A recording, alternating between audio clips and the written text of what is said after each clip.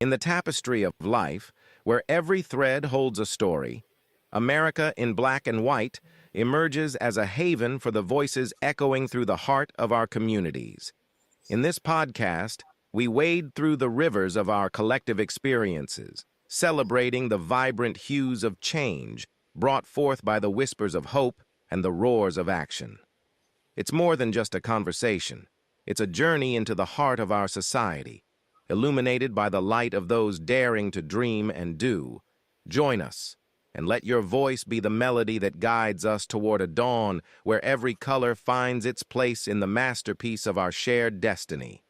Together, let's paint a future brimming with the positives that dwell in our minds and the actions that shape our world.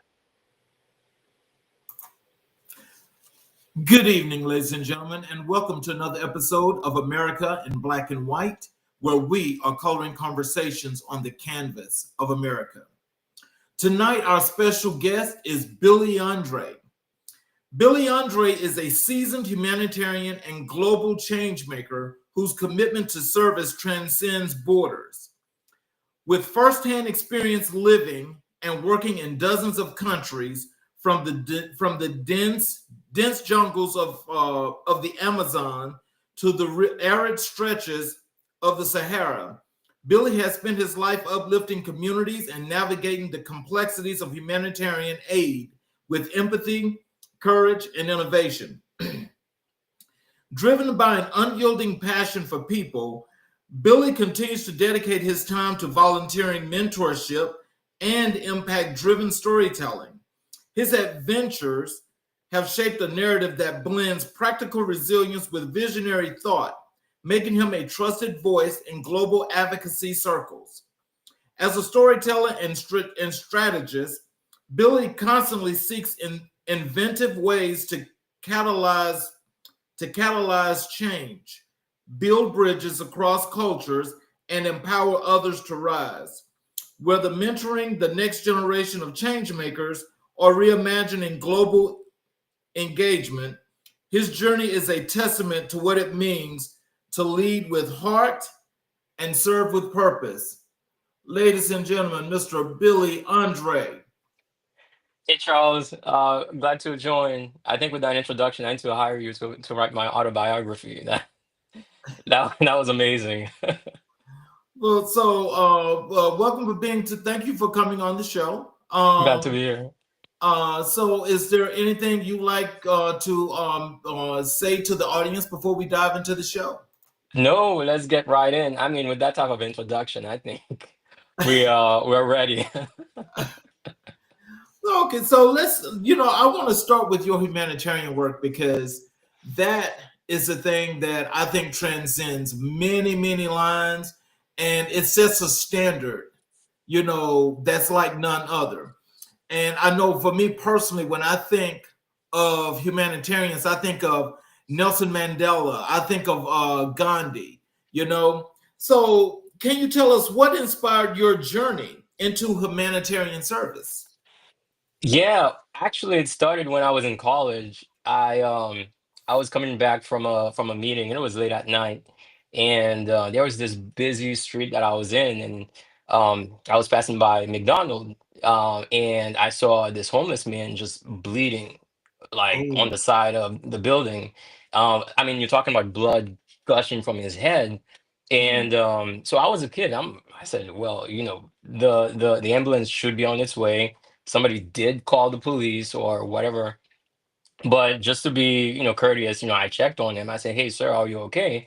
He's like, yeah, yeah, yeah, I'm okay. I'm like, did people call the ambulance? He's like, no. So I was actually surprised because I said, yo, you're in front of McDonald's, it's busy in there, people are in there. Matter of fact, they actually were looking at me, talking to that guy, and even the cashier and everything. And as I was talking to him, there's a lady that passed by, and she said something that really struck me. She said that, yeah, I saw him 20 minutes ago. And I said, wait, you saw him 20 minutes ago? Like you didn't do anything? oh And wow. I couldn't believe that that dude was bleeding for 20 minutes. And I was the first one to pick up the phone and call 911. Oh And wow. and people all of a sudden, people started like grouping around him, asking him, "Sir, are you okay?" But so it started with me actually, paying attention to him, and that drew a lot of people to kind of like all of a sudden care. Even that lady that was just walking by 20 minutes didn't even do anything. So it just so I was mad. I was really mad because I thought that, we live in a society that supposedly, we are, we should be humanitarian, and we see each other, see people every day, but there's that stigma for a certain type of people. Like if you are homeless, then I don't need to talk to you. If you look a certain way, then I just assume that you can be by yourself and do whatever you want. But it's like that experience triggered something in me, and I was so furious that I spent the rest of my college years just like looking for ways to change that. I volunteered a lot, and that experience had me spend a lot of time with people who are homeless.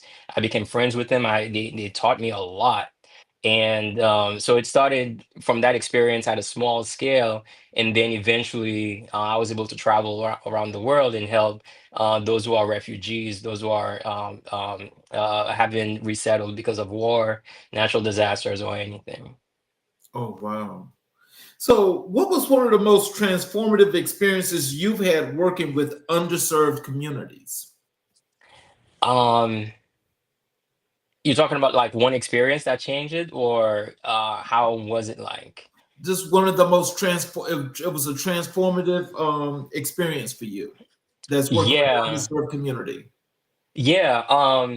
So I was in South Sudan. For those of you who don't know where South Sudan is, it's in the middle of Africa, more close to Egypt.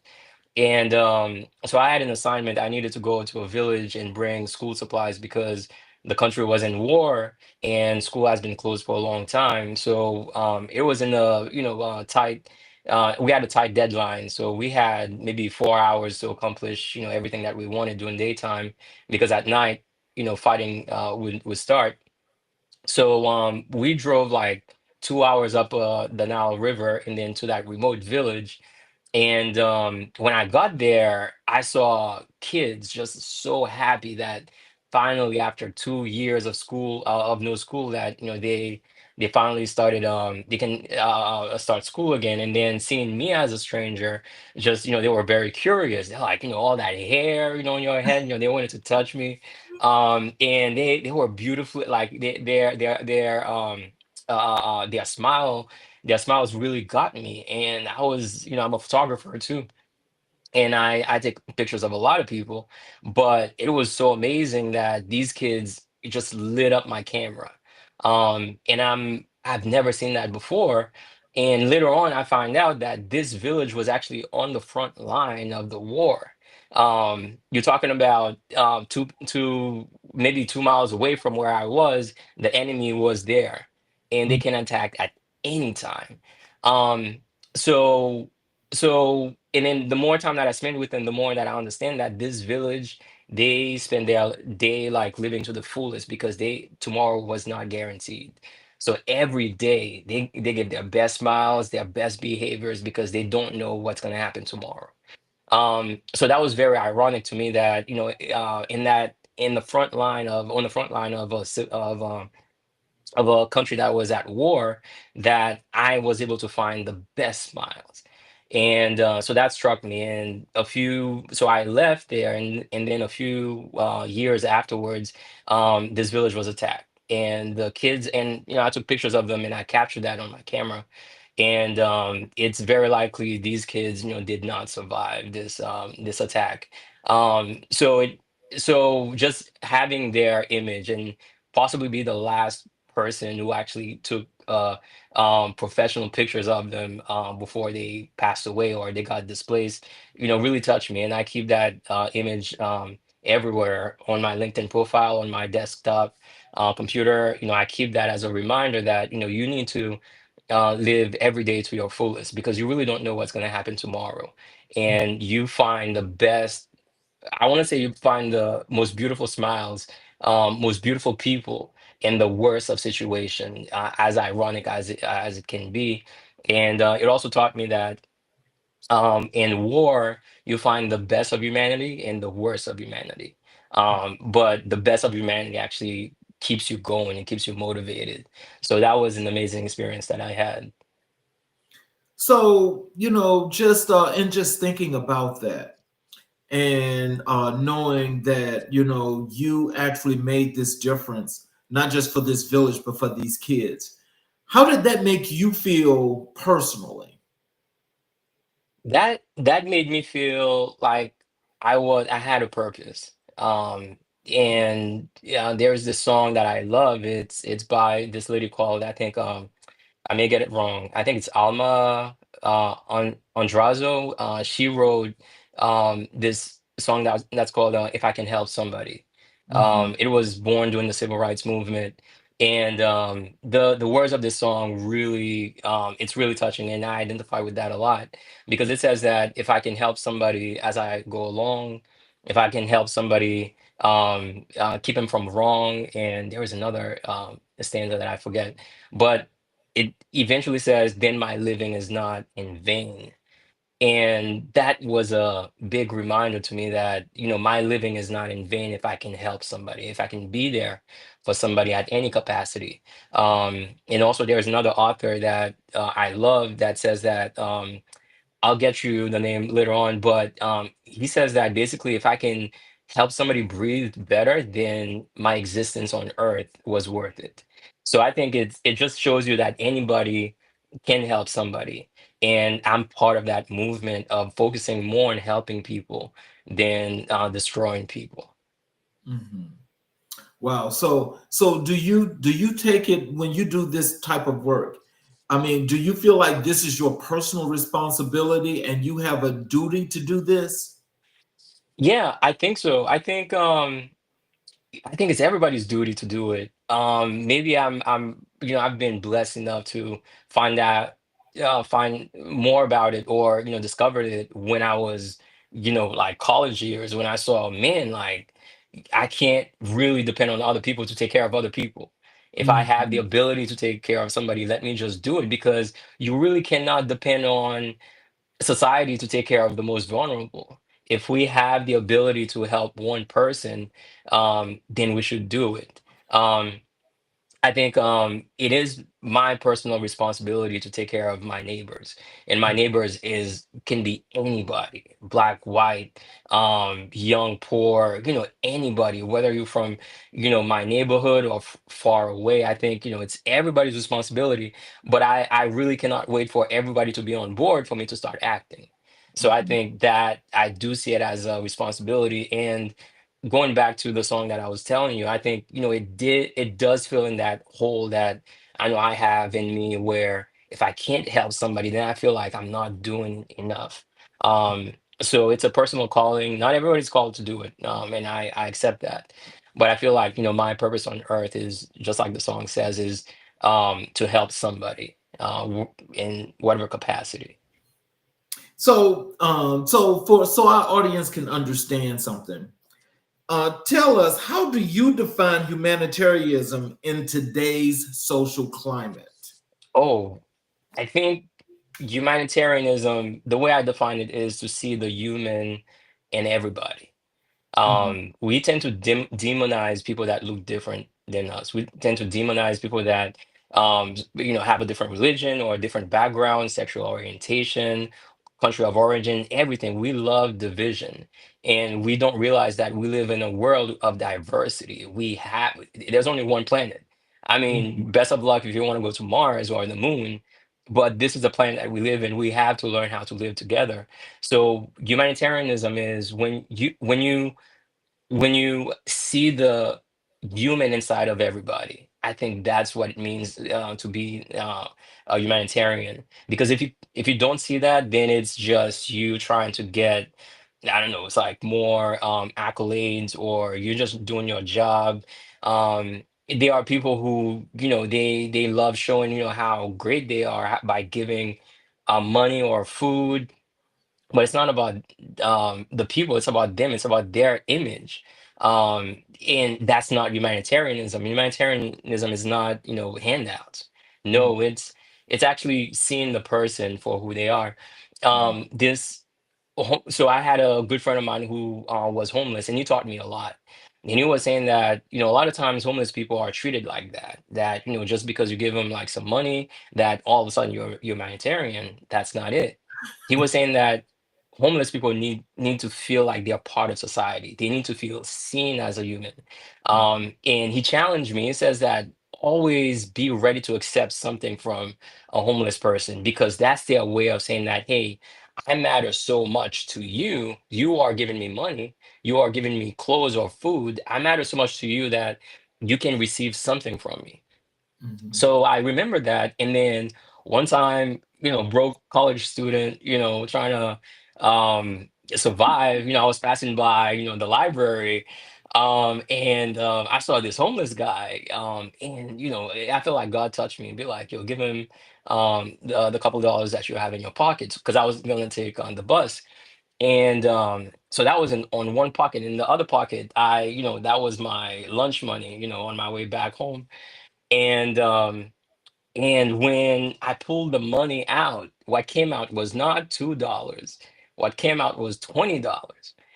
And I'm looking at the bill. I'm shocked. He's shocked. We both froze. And I'm like, yo, I gotta give that to you. Okay, man, it hurt. But the guy was so grateful. He's like, dude, bro, thank you so much. Thank you so much. And all of a sudden I see him like looking for something. And then he was looking at a box of pizza, and he opened it, and there was like, maybe 6 slices of pizza. And then he's like, take a slice. Take a slice? Like, are you serious? Yo, I was like, oh man, not this test, not this test. So I remember my friend, and I said, "Yo, let me just take it." I think I had the shortest prayer in my life over that pizza slice, and I ate it, and it was the best moment to actually share a slice of pizza with a homeless guy. Now, I'm not saying that everybody should do it. No, I think I have maybe a strong gut to actually do it, but um I was it's like I was sharing a meal with somebody who was homeless, and Mhm. he felt like he had something valuable to him. Dude is homeless. He was gonna be without food likely for the next couple of days unless somebody gave him more money. So that was precious to him. And for him to say that, hey, share that with me because I appreciate you, it would have hurt him so much if I say no, I'm good. I'm good, trying to be humble and then just leave. No, I suck it up and I ate that slice of pizza. I don't remember what happened afterwards, but I did survive. Hey, but what I was grateful for was that I treated him as a human being. That's Mhm. what it means to be a humanitarian, is to see the humanity in everybody, regardless of how they look like or what they do.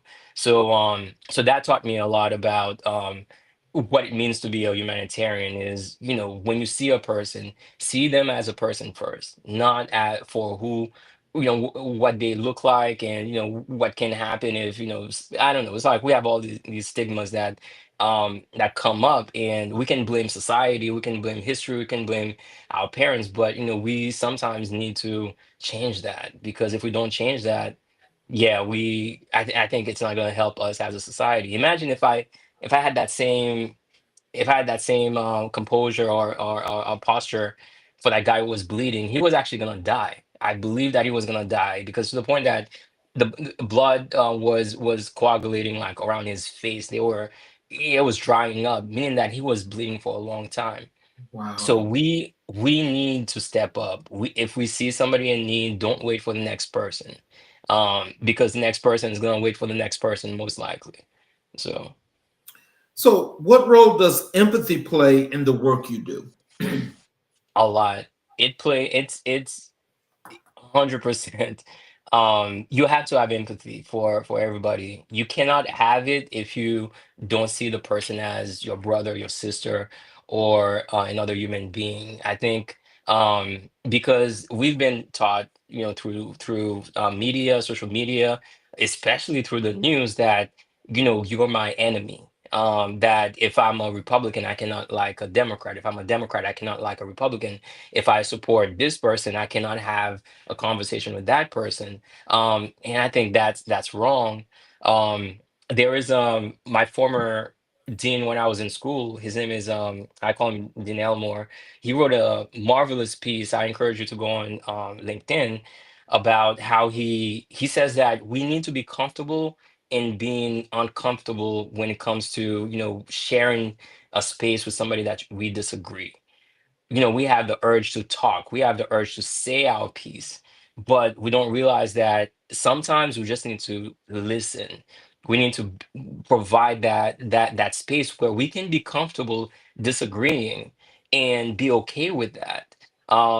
When I was growing up, I think that's the type of environment that I grew up in, at least when I was looking at politics, because I used to see people running against each other, and the next day I see them like having tea or coffee, Yep. and that was okay. Like, I hate your stance on this policy, but we can't. I'm still gonna invite you for Thanksgiving if you don't have a place to stay. I think we need to get back to that, and that's empathy. It's not too late, and I think it's required, not just in humanitarianism, but I think it's required in us living in this country and us living in America. Because if we don't do that, trust me, we're gonna keep fighting. And I think also it's a distraction from what is most important. We forget about the fact that we need to be there for each other. Because if we don't do that, then we start demonizing everybody, and that's not good. So I'm going to play devil's advocate here. Um, we're friends, okay? And I know that you're a humanitarian, and we're chilling, and we're out and we're getting something to eat, and you see this guy, this homeless person that needs some food, and you want to give him some food. I'm gonna tell you, why are you giving him food? He don't need. He should have taken care of himself a long time ago. I'm not giving him anything. Are you still my friend, or what do you say to me? Oh yeah, I'm still your friend. I said, listen, yeah, I'm still gonna give him food if I see like that need, that in that situation. If Yeah, I'm still gonna be me. I'm still gonna be me in terms of um taking that responsibility. And for him to say that, I'm not gonna demonize him because he has a story, he has a reason for it. Mhm, Possibly, he had a bad experience with somebody who pretended to, and I've seen that people who pretend to be homeless, but they're not really mhm, homeless. They are scamming people. mhm, So you might be coming from the perspective that, I've had a lot of bad experiences that I don't trust people who are homeless, and that's fine with him. Me, like, I think, I come from a different background. I had a lot of people who are homeless, the friends that I know, even myself at some point I was homeless, and just to be in that situation, I can understand like what they are going through. So I may feel more compelled to do that. But just because the other person says that doesn't mean that all of a sudden I need to discard my friendship. I don't think that's how we should be. It's okay to disagree with somebody else. And actually, I would applaud him for verbalizing that instead of hiding it and pretending that, yeah, yeah, he's for me, but then he'll turn my his back and then say that I can't believe he did that. So I think that's what it means to seeing the best in people as much as possible. That we have to be friends with people who disagree with us, people mhm, who don't even agree with things that are dear to us. We have to be okay with that. And we have to be friends with them, not so that they can be converted to our side per se, but just so that they can be that we have to be able to share that space of being uncomfortable, but being okay with that. So it is important that we share a meal, we share a table with people who don't agree with us. mhm. So, how do you stay grounded while navigating emotionally demanding projects? Man, I rely a lot on my religion, and I'll tell you why. Because I need to find like that reference point in order to stay grounded. Because you find, I know for me, I found a lot of people who don't share, who may claim to be, um, you know, the best Muslim or the best Christian, and they write that on their shirt or have it everywhere, but they are the opposite of, let's say, what that religion stands for, or what philosophy they stand for.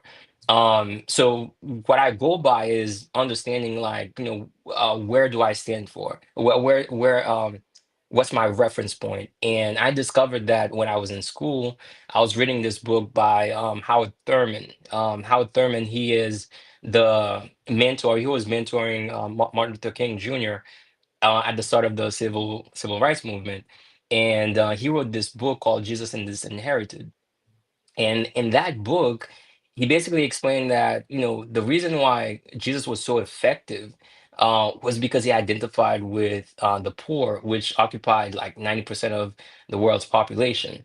And he didn't have an army, he didn't have a book. There was no, well, now there's a lot of movies, but back then there was no movie about him. He didn't have what everybody had, what Caesar had, what Alexander the Great has, what Genghis Khan had. He didn't have an army. He just had poor disciples. Um, but he was able to change the world. So why was he effective? So what Howard Thurman said was that he identified with the poorest. He was homeless too. He didn't have a home. He didn't have a place to stay. So I love helping people, especially people who are homeless. So when I see that, there is the best example that I can find about somebody who understand that, man, I gravitated towards that. And the book is so amazing because it deconstructed the fears that we have about helping people, the reason why we should be helping people, and the consequence if we don't help people. So I use my religion and my belief in Jesus to stay grounded. I cannot rely on my pastor. I cannot rely on people at my church, because they will fail you for sure. And the more I discovered like how Jesus interacted with people, how he was compassionate even to people who disagreed with him, that reminded me to also do the same thing. um so that's how I stay grounded. I use the best example that I have in my life as a guide to for that. Wow. So, I need you to speak to our audience directly with this answer here.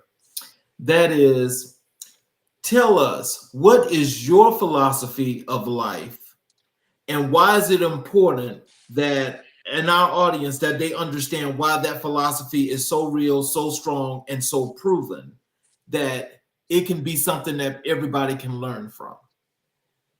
That's a heavy question. That is a heavy question. I apologize to everybody in the audience. I don't have the best answer for that. Matter of fact, I think I'm learning. I'm learning how to how to be the best person that I can be, not only for the world, but also for my family, for my friends, and people around me. And what I discover every day is that, we are like in a school, we are in the school of life. We never get a degree. I think the time that we get a degree, that's when we pass away. So we have to always be willing to learn, willing to grow. I think we do ourselves a disservice when we stop growing, stop learning. And if we can go by that philosophy is of be constantly willing and open to learn, open to grow. Um, I don't know, well, I think I've heard that from documentary, but they were saying that sharks, have to constantly keep swimming, even when they are sleeping. And if they stop swimming, then they sink. And I think that's the same thing for us. If we stop growing, then we sink. And so my philosophy, I think one of my philosophies, it might be flawed, but I think, it's always be willing to learn, be willing to grow. Because, and also accept the fact that we don't know everything. We're not the experts. I see that a lot on YouTube, LinkedIn, Instagram. The 5 ways of making it through. I'm gonna give you the 5 ways of having multi-million-dollar house. How you can use ChatGTP to solve your problems. They promise a lot, and I think that's good, but I don't think everybody has all the solutions in the world. I think we don't have all the answers to life's most challenging problems.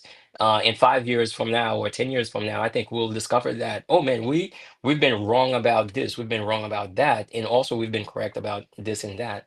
So I think always the willingness to learn and keep learning, also the willingness to grow and keep growing. I think that's very important. Okay.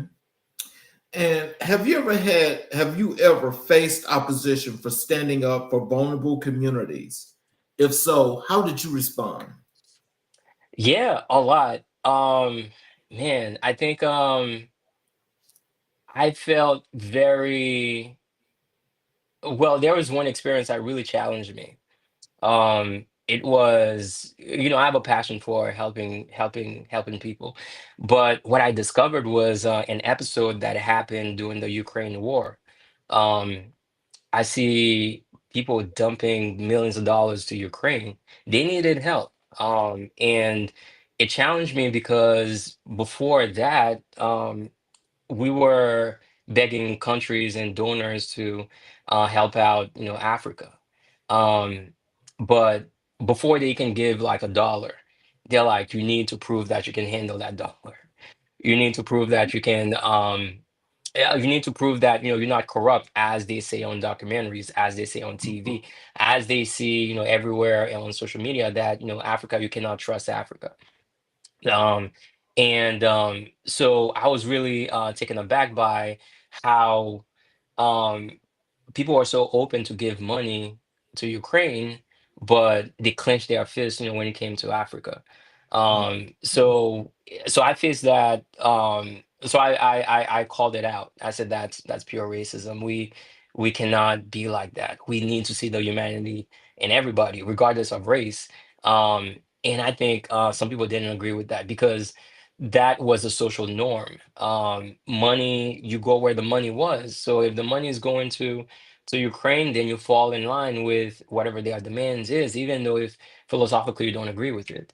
So I think that challenged me, and I think I stood up for that, and I made myself very clear because I was at a position where I could say that.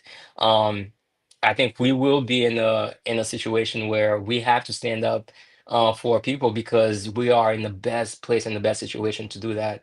And when I did that, when I called that out, I had a friend of mine, a colleague of mine who was in Africa, and also different people. They said that this is something that we couldn't do. This is something that we couldn't call out because we are not in that place and position.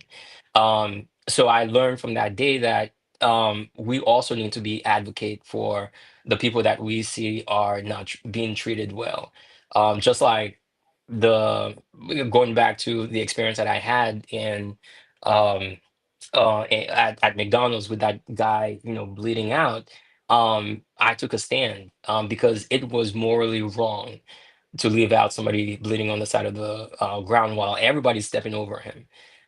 So there will be opposition. I'm sure that there are a lot of people who did not like the fact that I was attracting too much attention and too many people in front of McDonald's. Well, I was distracting people from eating their meals inside of McDonald's, or I was disrupting the norm of the millions of dollars I was going for to help the Ukrainians, but the people in Africa they couldn't do that. So you will meet opposition, and then that's okay. I think if I start fighting for making sure that everybody liked me, I think I will not be able to do my job. I should accept the fact that I will have enemies for doing the right thing. I mean, yeah, that's how that's the world that we live in. People who stood up for, for against what is wrong, and they get punished for it. Yes. Um, yeah. So you know what? I say we start the campaign today. Billy Andre for the U.S. ambassador. Oh, U.S. ambassador. I'll take that. Listen, I'll take that. I'll run with it. I won't look back. So But I gotta tell you, it's I'm really proud to hear, a young man like yourself, a young African American man, that actually stands on his morals and his values and his principles. But not only in standing on those morals and values, but standing in your truth and what you believe. See, yeah, so many people are yeah. so easily swayed to do the wrong thing because it's the trend. But as you said, when you stand up and you talk the truth and you speak the truth to power, then yeah, you get a lot of enemies.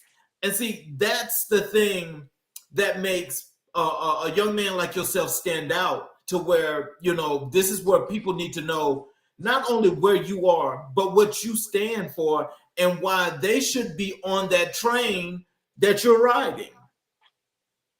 Yeah, or they can start their own new train because I'm not the silver bullet for everything, but I know what I stand for, and I agree with you. I think you said something that I've been advocating for a lot, which is whatever you believe in, stick to it.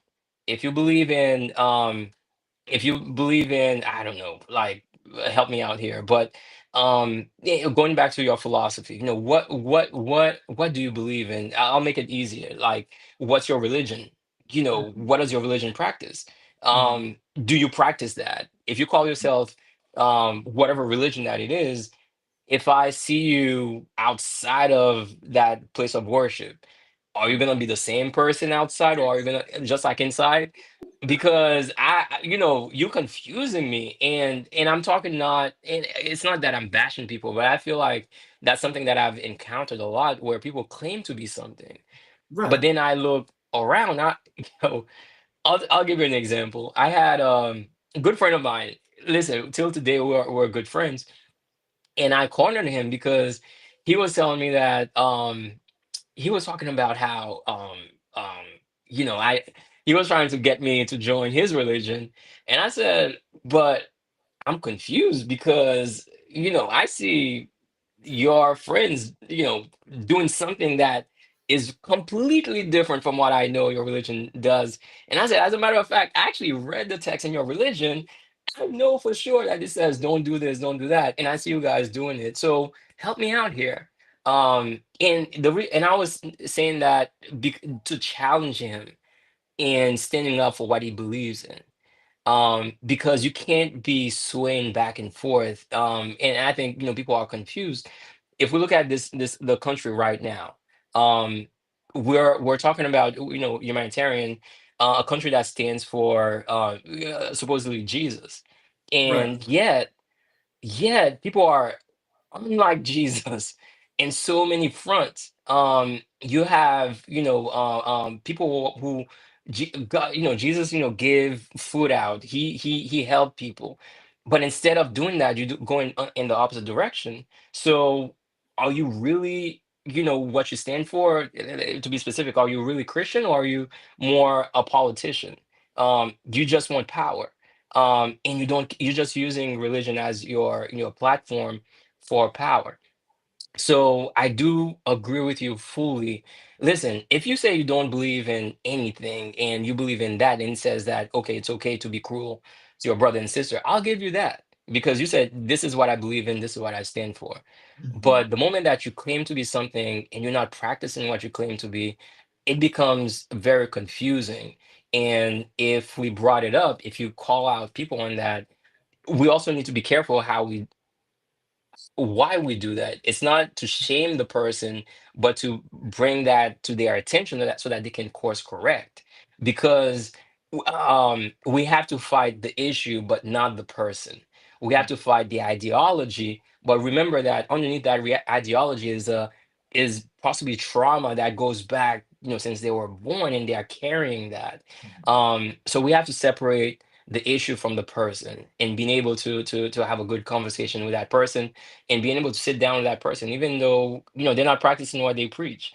It is hard. It is very hard to do, but it is needed. I think we need to start seeing the person that we disagree with as our fellow brothers and sisters in order to move forward with that. Let me tell you this. Now, one thing that my grandmother always taught me growing up as a young boy is you don't tell the truth all the time. Because when you tell the truth all the time, the truth hurts a lot of people, and a lot of people can't accept the truth. But there are those times where you have to tell the truth Oh yeah. because they need to understand.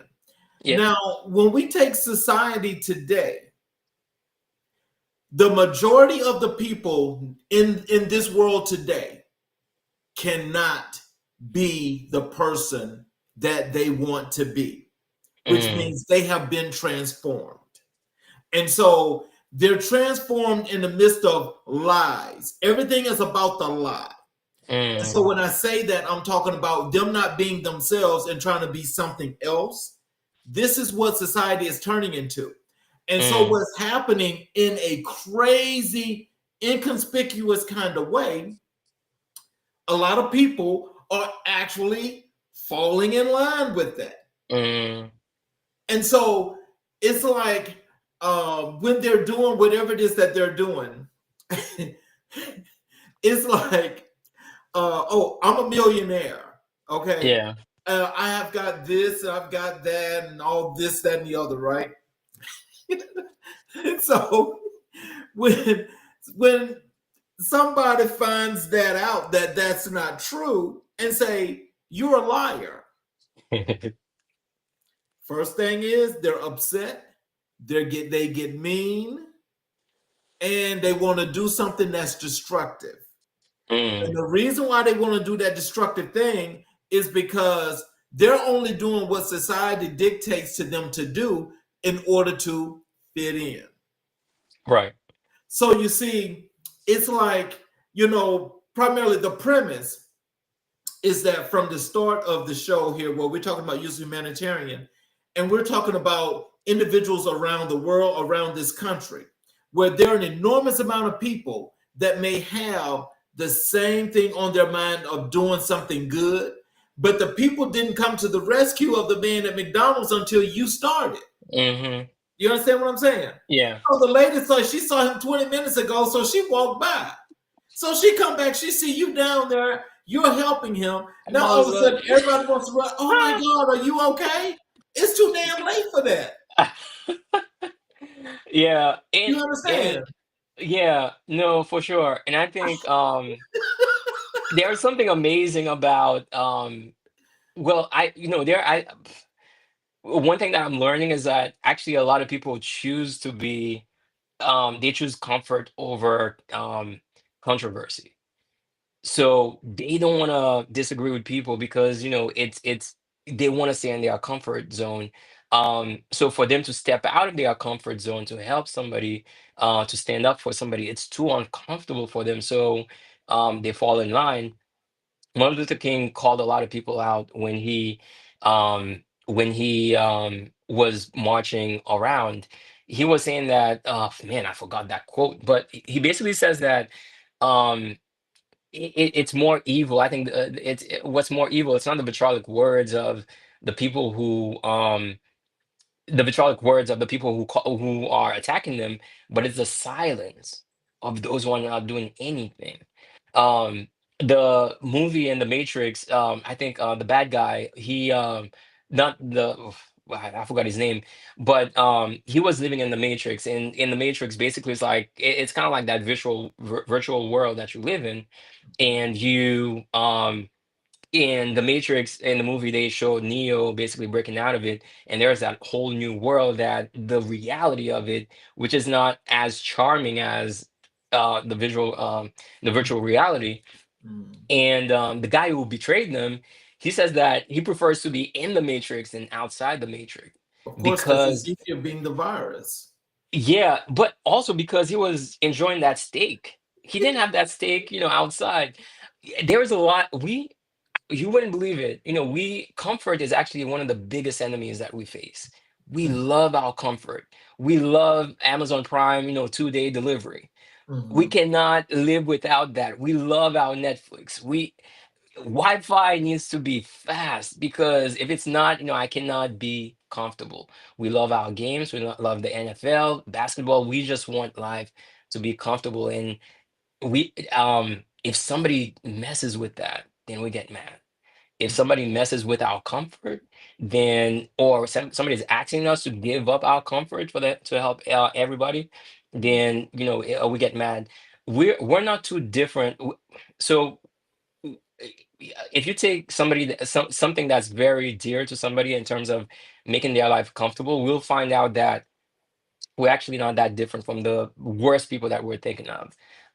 We will behave similarly to people that we judge as uncaring. We find ourselves like just like them, and the reason why is because some of us worship our comforts, Mhm. and if you touch on that, then we'll turn on you.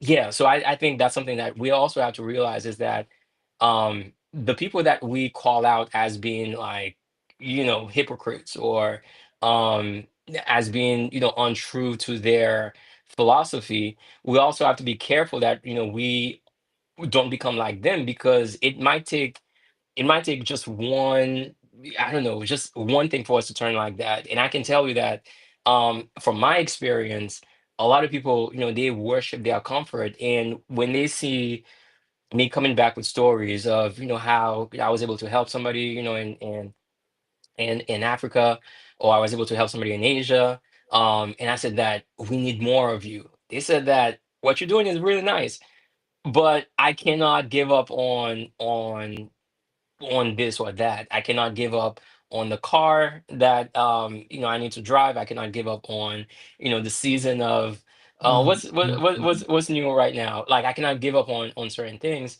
Um Mhm. Things that you actually can give up on, but I think we worship comfort so much. And sometimes we worship comfort um eh, because we want to be nice to everybody. We want everybody to like us. And if we're out of line with the mainstream of whatever society or group that we're in, I think that becomes then we stay away from that.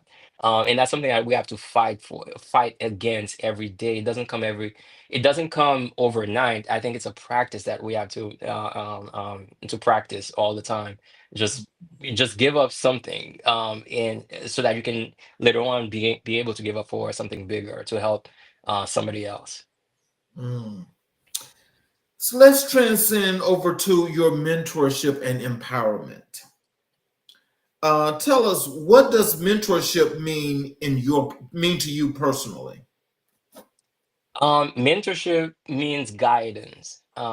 Means basically the being able to be there for somebody else who may not know the ins and out of how to go about life, or the small things, things that may be important down the line. I remembered when I was getting into college, I was a victim of predatory loan, and there was nobody to teach me, hey, maybe you shouldn't take that loan, or you shouldn't go to this school or that school, or you shouldn't do certain things. I was without guidance. And till today, I wish I had a mentor, somebody who said that, hey, I'm gonna take Billy under my wings, and I'm gonna show him what life is like, how to navigate college. So mentorship is very important, because I think a lot of people may not know it, young or old, that they need the guidance, and sometimes we need to look for those people and those who are crying out for help, just being there and being that open access, have that line of communication with these people, to be there to provide that guidance and be a mentor. Mm. So, how has your own mentorship shaped your perspective on leadership? um the way it shaped me is the fact that mentoring, like the relationship between a mentor and a mentee, is not so much about um being the savior for that person, but it's about being there for that person for whatever reason. um and I had a mentor recently, and I can call him almost at any time. I'm like, hey, I need you, I need your help, and he's there. He doesn't have best answers. I'm not saying he always, it's like he doesn't need to have the best answers. He just need to be there for me. And I try to do that with my mentee is, he needs me not to give him all the advice, the best advice in the world, because they can get that from Chat GPT at this point. Yeah, just be like, yo, I need to know like how best to do this, and AI can provide that wisdom. But what he needed me for, and what he needs me for, is to play chess with him, and that's what I've been doing, is just basically playing chess with him. And that is that line of communication that's open, that I can be there. I think mentorship, what it teaches me about is the is being there for people, on the long run, and being present for people in the long run. That's what it means to me to be a mentor. Yeah, oh, it's teaching me about being a mentor, and also about leadership. That leadership is having that open line of communications with everybody. Whether if you are like top dog in your company, be able to know the situation of the janitor, know their family, know their names, share a meal with them. um and I think leadership, and also one thing about leadership is not so much you be there for the person, but your purpose is to make that person's life better in whatever capacity that they want you to be. So if you are, let's say, top leader in your company, look out for the person who's maybe the associate in your company, and see how they can grow. Be there for them, be their support system, provide the best reference letter that you can, and in helping them in their next job opportunity. So yeah, so that's what I'm picking up on, how to be a leader through mentorship. Mm. What is the biggest lesson you've learned from a mentee? Um, I think the biggest lesson is probably, yeah, going back to what I was saying about being there, is uh, presence matters.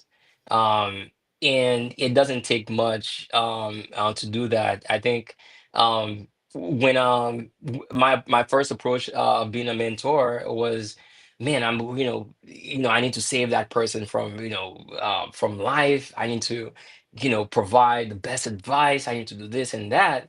And I realized that they were so disinterested. And what they needed, like, going back, they just needed somebody to be there with them and play chess with them through on social media. And I was like, wait, that's all I'm gonna do? And they're like, yeah, that's all I need you for. I need you to play chess with me. Um, because to him that was valuable, being able to spend time, because he doesn't have a lot of people who maybe are interested in chess, and he's like, okay, if you want to be my mentor and you really want to help me, I want to be a better chess player, so can you help me with that? So I didn't know how to play chess. I mean, I know how to play chess, but I didn't know how to do it very well. So when he was playing with me, I challenged him. I didn't let him win. I did not let him win. And that pushed him, that pushed him, hopefully, to be a better player. But to some people that may seem like, oh man, that's, why are you wasting your time playing chess with your mentee? But that's not the point. The point is that you have that open line of communication with your mentee, and so that when issues of life come about, they can be like, well, I can hit up my mentor. I have a mentor.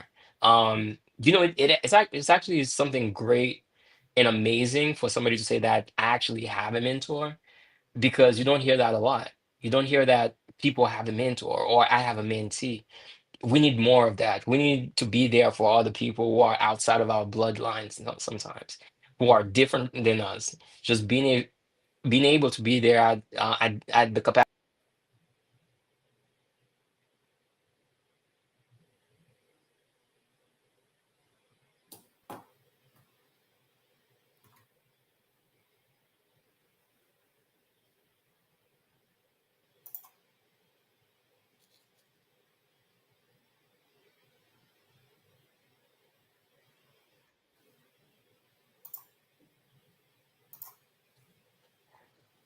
Yeah, I'm back. Okay. Yes, sir. So I'll just tell you that here in the chat there is. I'll show you some of these comments, and I think one is a question. Um, this person here, that's Ruth. Says so true. We live in a world with diversity. Embracing each other is key. Mm, I And agree. Hmm.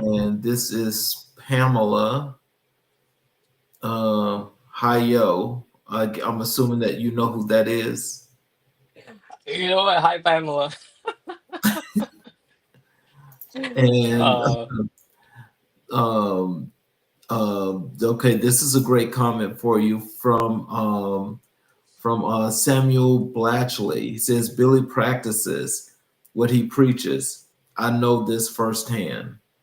Man, thank you. He's my brother-in-law, and he's holding back from embarrassing me. So I'm very proud of him, Sam, for doing that. And also, I want to thank Ruth. Ruth is definitely somebody that, without realizing, is kind of like my mentor when it comes to even my business. When it comes for photography, she's one of the best photographer out there.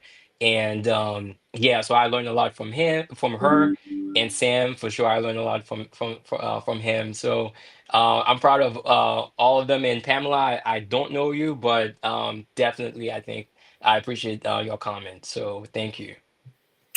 Yes, sir. So, can you describe the qualities that make someone a transformational mentor? The quality I think is being open to learn from your mentee. It's being open, knowing that the journey between a mentor and mentee is that's something that goes both ways. And I think it's very important to be that to have that in mind when you're approaching that arena of being a mentor is just be open to learn from your mentee. And goes back to when you were asking about the philosophy in life.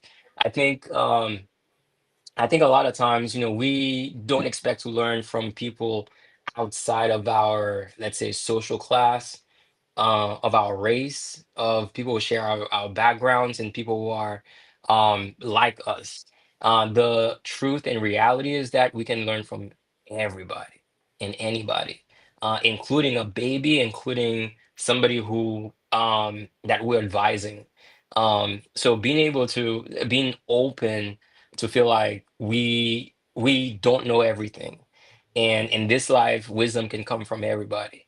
So taking out the good that they can provide in their words and their wisdom, I think is very crucial. So when it comes time for a mentee, I think coming from the perspective that this mentee, I'm going to be there for him or her, but at the same time, I think they have a lot that I can learn from, and being open and to receive that.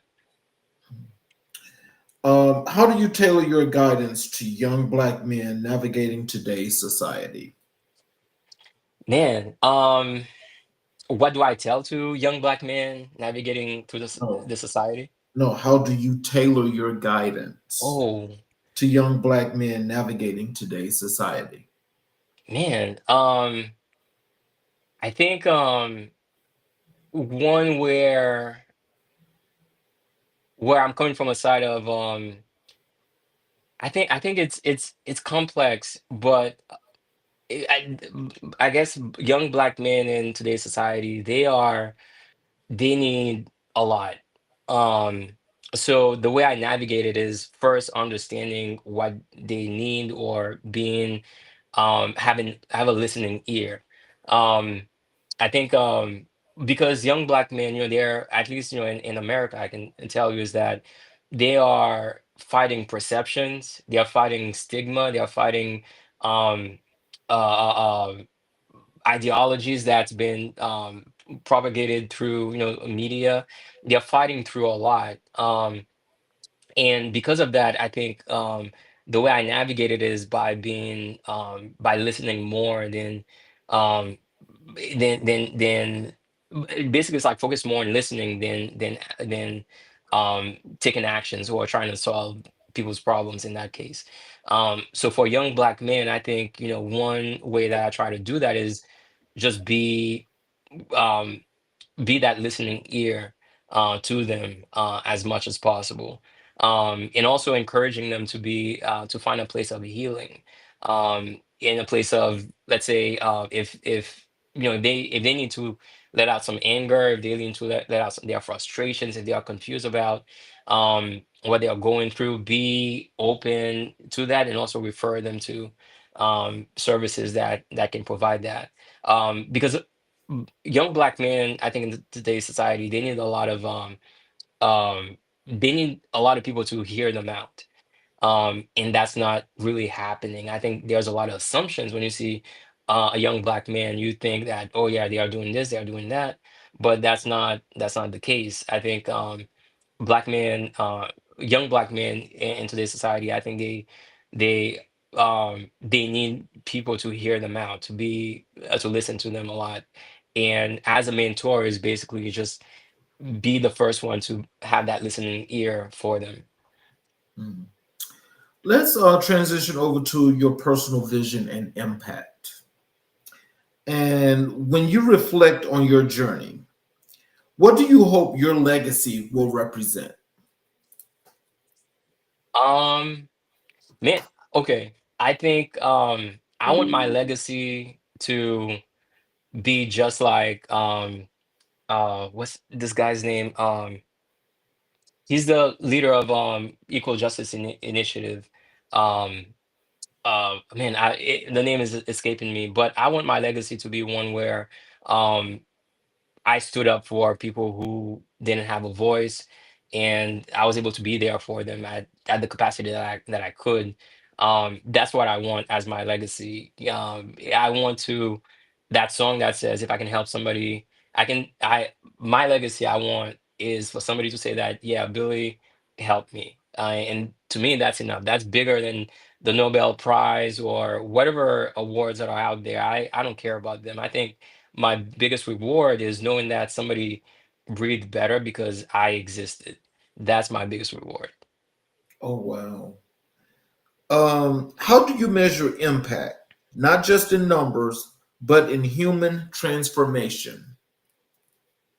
Um, you know what? That's a great question. And to be honest with you, I don't think I can measure it. The reason why I cannot measure it is because you cannot see impact immediately. Sometimes some impact will manifest down the line. You may not be there to see it, and you may not be there to witness it. I think if we use, I guess if we quantify impact as in any shape or form, sometimes we're missing like the whole picture. Um, I think impact in, let's say if I I'll just give you an example. That guy who was homeless and bleeding on the side. I can say that, well, um, I I m- I impacted him by helping him. Um, but that's very vague. Yeah, I helped him, but I don't know how much of that impact is what's the impact. I think sometimes the impact may not be measurable. I think sometimes we just need to accept the fact that in faith that that person will be good or will be better.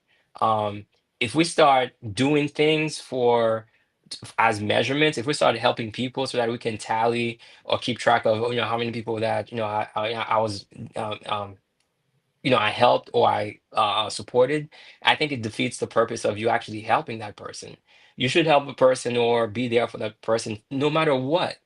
It's not about numbers. It's about the heart, the spirit behind it. Um so and sometimes the impact will manifest down the line, but we do live in a society that we know we can measure. I mean, to a certain extent that is needed, but I think at the core of it, we shouldn't define our impact on people by numbers. And we should have faith that, as long as I do my job and being there for that person or this person, that is enough by itself. So let me follow up with that, because like we live in a society right now that's all about qualitative and quantitative values. How do we differentiate that to make it make sense?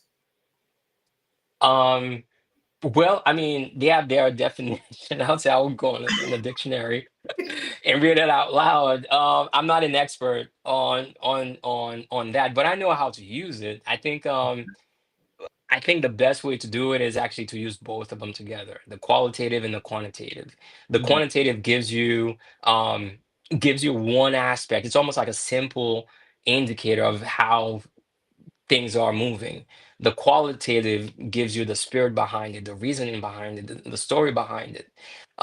Because you might discard that. I'll give you an example that I see a lot in the humanitarian aid world is that some people, will get disappointed the fact that you have you give money to this person, and then it's only one person. They want to take that money and then make it like 20 people, but that's not it's not always right, because that one person might be, the mother of, 20 kids, and that money will go a long way in helping not only the kids but the extended family members. But sometimes the qualitative help answer the question behind those numbers. And it's very crucial, because when we alienate the qualitative from the quantitative, then we miss out on the human face behind that. The numbers are just numbers. Mhm. Um, but when you start analyzing the qualitative, then you find out that, this person has a family. This person, lost, somebody dear to them. This person cannot go to school anymore. Then every number has a story, and I think, that's the benefit of the qualitative aspect to it. So I hope I did it justice. If you're a statistician out there, please correct me. But I hope that helps.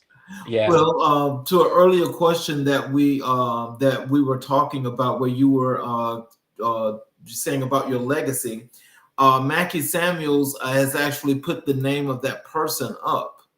Um, Yeah, Brian Brian, Stevens. yeah. He's my hero. If yo, Mackie, do me a favor, can you put out a word out there to Brian Stevenson if you know him? I want to meet with him. I want to spend a day working with him. Like that's my one of my dream is to work with him. I think Brian Stevenson is the modern day Martin Luther King, because of his passion and the Equal Justice Initiative. I think, that's one of the best organizations out there. They have tying into so I'll tell you how Equal Justice Initiative helped me. So doing the George Floyd, when he was killed, I needed to find my grounding. And one of the things that I read, I was reading books and books after books, and the book that I read by Howard Thurman, Jesus and Disinherited, says that you need to face your fear. You need to confront your fear. And I said, man, I need to do that. And the only outlet that I found in the States was the Equal Justice Initiative, I think Peace and Reconciliation Museum down in Alabama. And I said that I need to go there. I need to reconcile with the hatred that they have, because the museums that they have there helps you confront the evil that was in this world, that we've experienced, and also trying to find hope. And when I went there, I saw, the atrocities that, historical atrocities, things that you will not find in textbooks.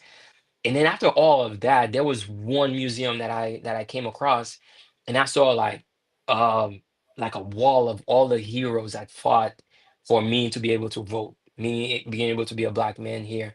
And that's what I needed. I said that, man, people give their lives for me to be the person that I am, to have that liberty. So yes, this country has sinned beyond imagination, but there are some people who fought so that at least I can even express that openly. And that helped me knowing that, okay, it is very depressing. George Floyd died, and along with so many other people. But there are some people who give their lives for my liberty, for my freedom to even being able to express that. And I want to continue there in their legacy. So one of the people that I see doing that is Brian Stevenson. And I want to be alongside him and doing my part.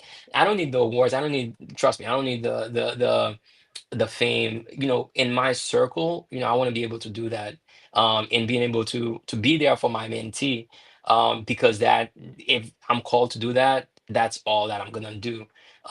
So I do think that, we have champions in our society, and Brian Stevenson is definitely one of them. So, what keeps you up at night when thinking about the state of the world? Oh, Gaza keeps me up at night, um, because it demonstrates how heartless we can be when we don't see people as human beings. It can be very depressing. So I've been exposed to a lot. I've been on the front line of wars. I've been when ISIS was fighting in Iraq, I was there, like, on the front line too. Like, I've seen crazy stuff.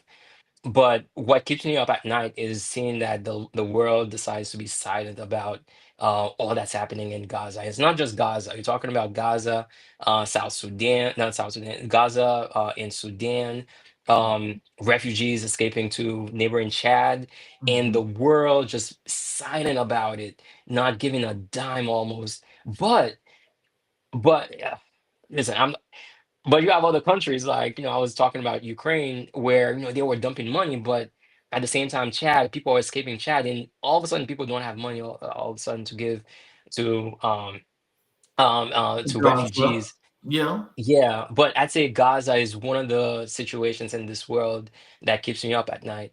And the reason that it keeps me up at night is because that when you look at it, all the major atrocities that are happening in this world can be stopped by the will of a person. That's the Mhm. crazy part. If today, the leaders in this war say that we're gonna stop, trust me, everything will be okay. If the war in Ukraine, the leaders say that, okay, we will stop, everything will be, people will stop dying. And just to think about, people are so wicked that they're okay with the continual, death of, lives in this world. To me, that keeps me up at night. And the sad thing is that, it's just gonna, I need to prepare myself, for the worst. As a humanitarian, I've learned that you need to sometimes separate, your feelings and just help people, because, the worst, you always have to expect, the worst. But I never in my life expected this to be this bad. So so I think that's what keeps me up at night, is just the state of this world, when it comes to Gaza, when it comes to, Sudan, when it comes to, Haiti, my home country, when it comes to different places around the world, even, in this country, when it comes, to what's happening with, people who are being detained, just because they look different. I mean, this is crazy. Yeah, so I think that's what keeps me up at night. I don't have the solution for, the world's problem. I wish I did. I think I'm one of the many people, who wish that they had superpowers to solve the world's problem. Who wish they can be Superman, Superwoman, Wakandans, to do that, because it sometimes it takes like superpowers in order to solve this world problems, and we just don't have that. And it also teaches us that, it doesn't take one person to solve the world's problem, it takes all of us. And when we are together, then we are superheroes. When we are by ourselves, we cannot achieve these things. So, it is sad, but I think, what keeps me going is knowing that there are people who are fighting for it. There are people who are doing their best in order to be there for the people, who need it the best. And that's what I want to do in the life that I'm living here. So let me just ask you this, because as humanitarian, I'm sure that you've got to have some opinion of this. When you mention Gaza, that situation I think made a lot of people aghast, and I say that because the very people that complained about genocide are committing the genocide. Mm, Okay, so these are the very same people that have come from Europe to steal the land from the people that live in Gaza. mm, So as they steal the land in Gaza and they say it's their land and they claim to be from that place, but they're from Europe. mm, So they only got this land because our country, the US, made that a state in 1958. Okay. So they displace these people and say this is ours. mm, And so, when the process of doing that, the US is funding the living of those Europeans in Israel slash Gaza. mm, Okay. So if the US is doing that and these folk are stealing this land, they're killing innocent people, but still say they have a right to do that. But the US is implicated in that because the US is giving them the arsenal to do this. mhm.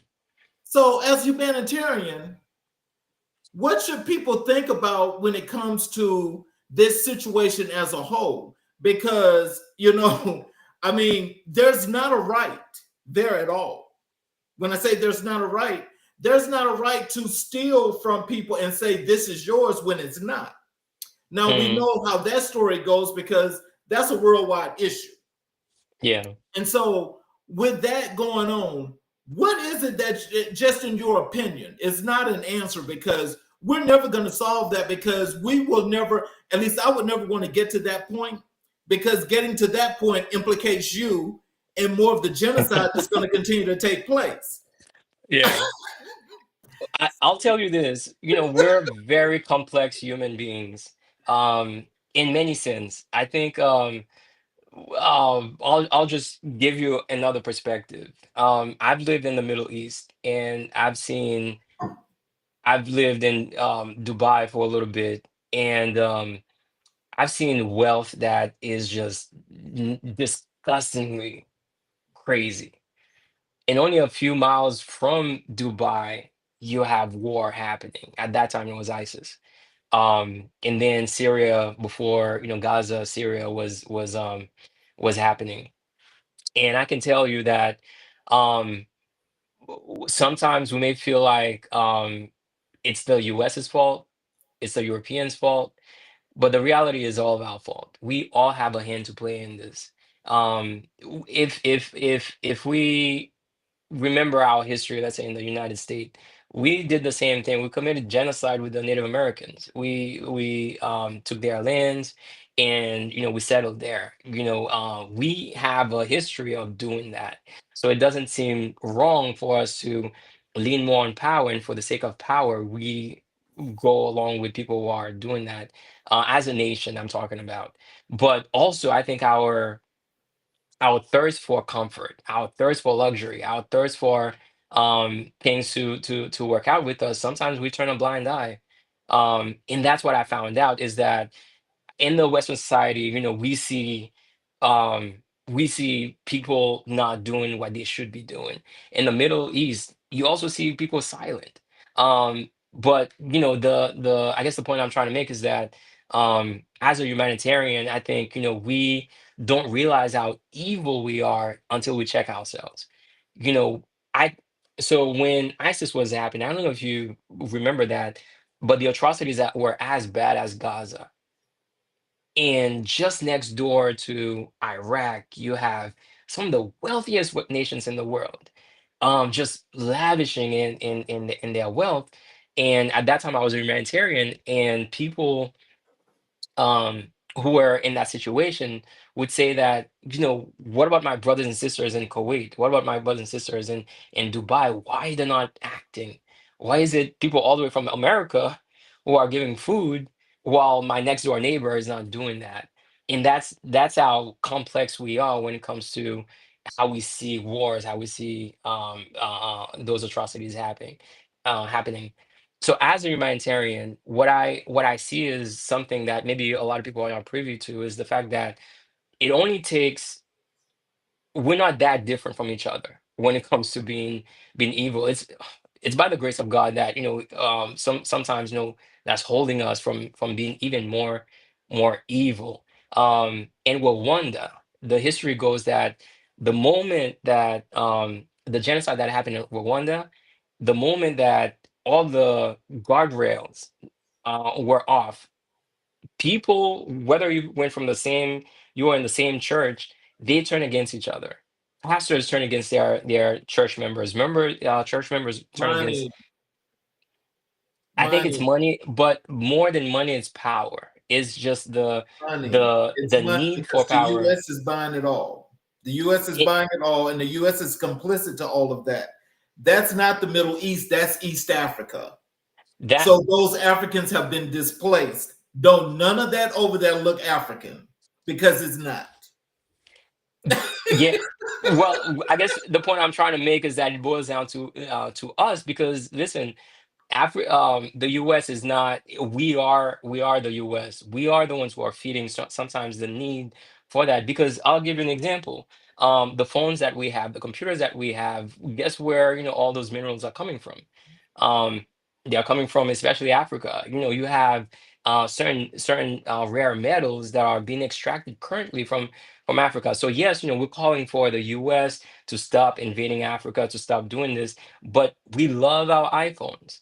We love our TVs. We love all the technologies that we have. So if we are calling out, let's say, the US to stop doing the atrocities, we should also, basically what I'm trying to say is like, when you're pointing at a person for how bad they are, it's also an opportunity for you to take account of how are you contributing to this situation too.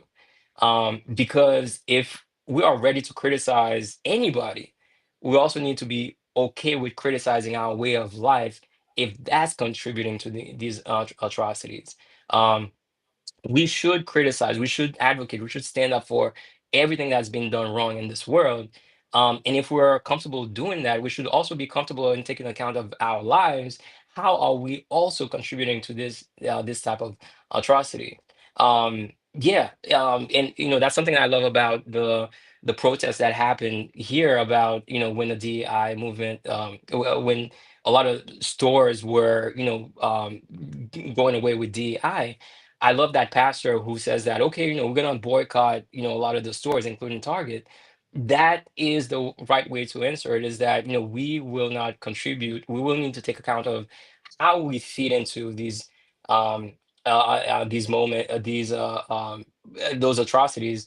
You take account of, how are we contributing to that, and if we need to take any actions, take it. It starts from home before it goes out, let's say, in the far Middle East. We also contribute to a lot of atrocities that are happening in this world, believe it or not. Everything's interconnected. I think we do need to be, um, yeah, we need to take account of our lives as we are taking account of what's happening in the Middle East. So we spoke earlier, and I was asking you in Black history who was the most influential person or persons in your life and your career. You mentioned Howard Thurman and MLK. What drew you to Howard Thurman's writings and philosophy? Yeah, well, Howard Thurman, he basically advocated the need for a common ground, um, and the need to basically be there for the poor. In a sense, like what he was doing during the time of the civil rights was that a lot of people were trying to have solutions on how to resolve the racism that was happening back in the 70s during the civil rights movement. And he basically wrote in that book, Jesus and Disinherited, that there's a proven way to change society, and violence is not part of it.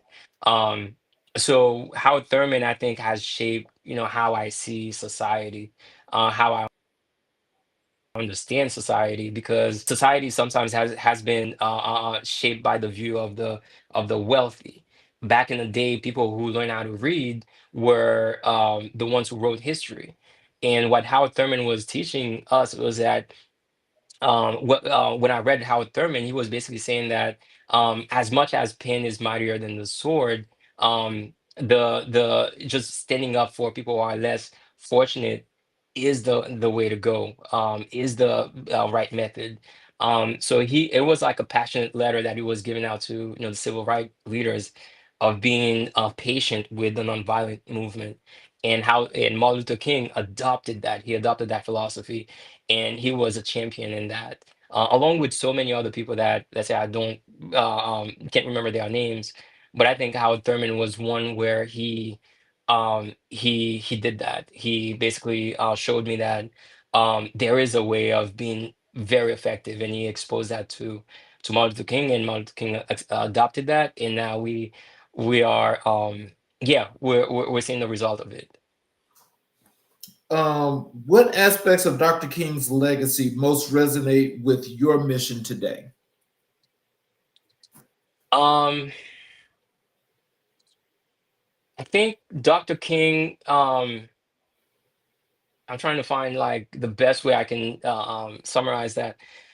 I think Dr. King, his I think his relentless effort to, how can I put that? So you know how we have jobs and we value vacation, we value our retirement, or at least we're looking forward to it. Um, People like Dr. King never enjoy their retirement, nor do they ever plan for their retirement. They were in this for the long run. They sacrificed their well-being even in old age. You have civil rights leaders who passed away. These guys they never enjoyed their retirement. There was a senator or the congressman, I forgot his name, that he died fighting civil rights until he passed away. John Lewis. And that, yeah, yeah, Brother Lewis. And I think that's something it's not so much of their amazing speeches that they wrote, or the books that they wrote, or the autobiographies, or even their movies, but I think just the fact that you have these people like Martin Luther King, who their plans for having a comfortable life, or even after civil rights, that was not in their game plan. They jumped into the civil rights, they jump into their mission, not knowing that they're gonna go all the way. And I think it's their determination that's actually most impactful, in the fact that they sacrifice, going back to what we're talking about, comfort, they sacrifice their comfort in order to make somebody else comfortable. I think, to me, that's so amazing about Martin Luther King, about his legacy is just that. And he gave up his life so that we can be, um, yeah, well, we can be here today. Can you recall the first time you truly felt the weight of Black history on your spirit? Oh, I'd say during the time of when George Floyd passed away, when he was killed, I think I felt the weight of it on me, because it ignited a feeling that I had in terms of the need to retaliate. And um the truth is that I couldn't retaliate. The best way I can retaliate is by, like what Jesus says, turn the other cheek, and just be able to confront the reality, not with violence, but with peace. And I think that's what, when I see Black history, especially during the Civil Rights Movement, I think that was the most effective way of bringing healing into this world. And that's exactly what I want to be able to do. In my life, when I learn from that experience, that's how I learned to. The weight of the civil rights in the modern day era is just like the desire to fight, but learn how to fight with through peace, and not through violence. How do you integrate historical insights into your daily work? Oh, that's a broad question. I gotta say that. But I'd say sometimes historical facts, even personal history, I think have they impact how people act. There is a history behind it. So if I see somebody, having, like I was telling you, the example that you were giving me about, if somebody does not like, homeless people, I should assume that there is a history behind it. Every action that we take, it's basically like a response to things that we experience or things that we have witnessed. Our body carry a lot of emotions, a lot of trauma, a lot of history. So when we express certain things, it's not out of thin air. It's something that is in our spirit. So how history, I think, comes about is very important. And I think that's part of the reason why I was saying that we need to be able to sit down with people so that we can not just share a meal, but understand their background, understanding their history, because that helps answer a lot of questions. We can't assume that everybody is the same. Each one of us are unique, and because of that, each one of us have unique history. So we can only extract that by one, seeing the person as another human being, but also by being able or willing to spend time with that person, understanding, okay, where are you coming from with this type of feeling? So this is something that I adopt in my work. Is, for instance, I made sure that if I'm in a place, that I learn the language so that I can understand the person that I'm serving as much as possible. To my best ability, I learn how, their language, their culture, so that I can provide the best service. And history plays a big role in that. Okay, there's an entrance here from Victor O. Victor, I don't want to mess up your name. He says good evening. And Hi, Victor Victor. also has this very interesting statement here that I think wish a lot of people would put their comments in, like we have previously. He says this is an interesting episode, though it's his first time to join. So, welcome, Victor. I hope that you continue to follow the show and watch each and every episode, because I can guarantee you that every episode only gets better, and we only tell the truth on this show. So, I appreciate you. So, we're at this point now. I'm going to give you this is your final question. And that is, what lessons from Thurman or King do you revisit when facing personal doubt? Um, wow. Uh, I think, I think so. I'm not gonna be the best at answering this question, but I'd say, one thing that they forced me to is to be human.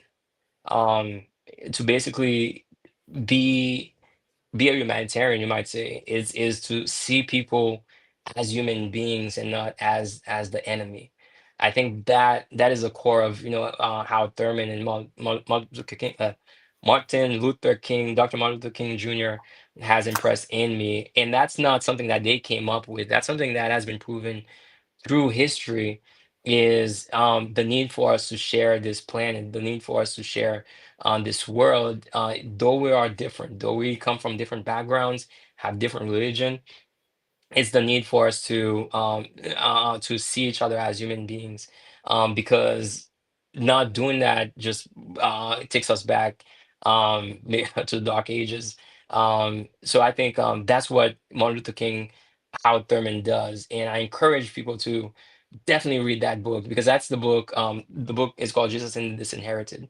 That's a book that really impacted my life after my experience with the homeless guy at the by McDonald. I think that's a book that solidified my stance on how I need to impact this world. Is seeing people, not as enemies, not as belonging to a specific class or political party affiliation. see them as human beings, so that we can help each other as human beings. Victor left another comment. He says, though I will like to iterate, I will say big thank you to U.S. citizens and men like our guest speaker for their sacrifice and care to the world. Oh, and then there was another one here. Victor says, and I pray that all drink from the flow of kindness, be able to share or pass it on to others. Victor, I want to thank you for those great comments. Those are very much, heartfelt and definitely of comfort.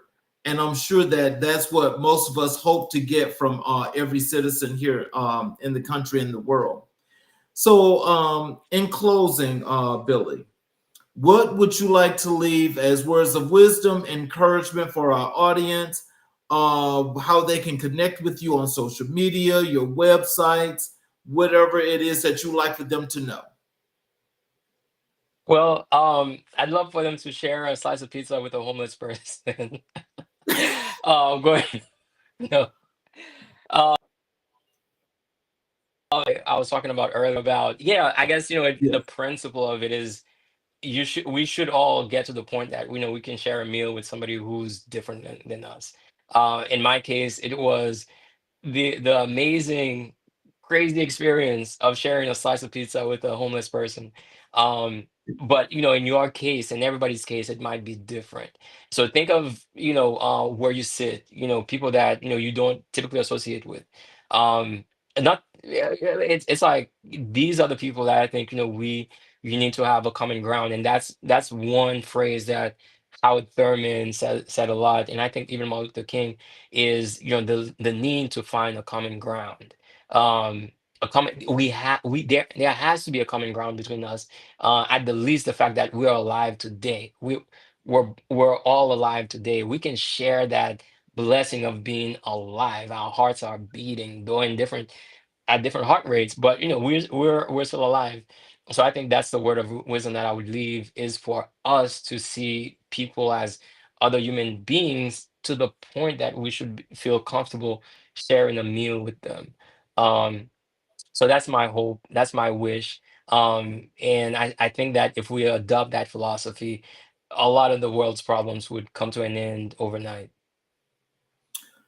Wow. Well, I tell you this, always remain optimistic because, that's one thing I can say, that I love the positivity. And I appreciate you taking the time to be a part of tonight's show, and to also highlighting the work that you do as a humanitarian as well as a mentor, because that's very important, not just for your community, but important for the world, for this country, because not everybody is going to do that, but a lot of people do that in ways that they do not know. But I Hmm. think direct communication is always great. And I think you've definitely exemplified that, and I definitely appreciate you, for sharing this time with us, because it was very valuable. And I'm sure that people are going to learn an enormous amount of things from just from the things that you talk about from a humanitarian perspective, but also the way that you relate and communicate with those that people that some people say, that you feel like some people say are just different and they just don't know how to do that. But I think you've exemplified that. For those of you that were watching the show tonight, you should have gotten more than just a humanitarian message from what Billy had to what Billy was speaking of tonight. What he taught us tonight was what humankind is. And for a lot of us, we think we're being human, but we're not. When we learn to be exclusionary, that means that you're not practicing morals. You're not even practicing principles. You're being selfish. Until we learn to work and to communicate and work with the people that's next to us, next to us, next to us, next to us, and we continue that, we're going to always have divisiveness, But divisiveness is not something that each and every last one of us practice. So we should all start with a commonality as to why we should want to work together. Working together and being on a united front makes us very, very strong. The power is not necessary from a monetary perspective, which, of course, not everybody's looking to be monetarily rich, because that's not the best place to be. But for some, as Billy mentioned earlier, that's a convenience. That's a comfort. So being that comfortable and having that kind of convenience makes you feel that you have more than just a leg up, but you've got that power. So for the rest of us that are not in that space, why not reach out, communicate, build, expand, grow, and become that power? It's something to think about, but also it's something to realize that we are our brother's keepers, regardless of the case. But unless we decide that this is where we want to go and this is what we want to do, we're not going to get that. Stop letting the small things that you see that are advertised that are actually placating to this, that's causing you to be reactionary and causing you to lose your humanity. This is where we all got to think for ourselves, but I will tell you this: the power of the computer and this AI, we've got to remember, are we going to learn to be critical thinkers like we were yesteryear, or are we going to let something else think for us? I'll leave you guys with that as a final thought, because as we go forward, if we don't learn to think for ourselves and know what critical thinking is, then we don't have a chance or a prayer of moving forward. So I want to thank you all that have watched the show tonight, and people that are our frequent watchers of the program. As you see below, there in that ticker tape, we have issued our first issue of our magazine, AMIBW. That was the first of our continued line of our magazine, which feature each and every last one of our guests for every month that comes on the show. The purpose and the premise of that is that everybody that has subscribed and people that are getting the magazine and people that are watching the shows, I'm asking that you please join the community, because in that community we have where the poll is that you actually vote for the person that you think should be the America in Black and White Person of the Year. That person gets a full page spread for the entire year of 2026 with all the good things they're doing as they grow, as they continue to stay connected to this platform and to this show. And remember, we are about community. And that's the purpose of building this community, is because this is not just about where we are here. This is about all of us coming together and we doing our own networking to actually make that difference. So I ask you all to please take that time, click the link. I'm posting it every day on social media because I think it's more important that we unite. We have to unite. Stop making it such an issue to click on something so simple where you join and you make a difference, vice actually going to spend your time elsewhere where you get no value other than what you spend your money on. But that's a choice. So I hope you guys make the conscious choice of joining the community and be about this forefront that we're all working and battling against to make a difference in the world.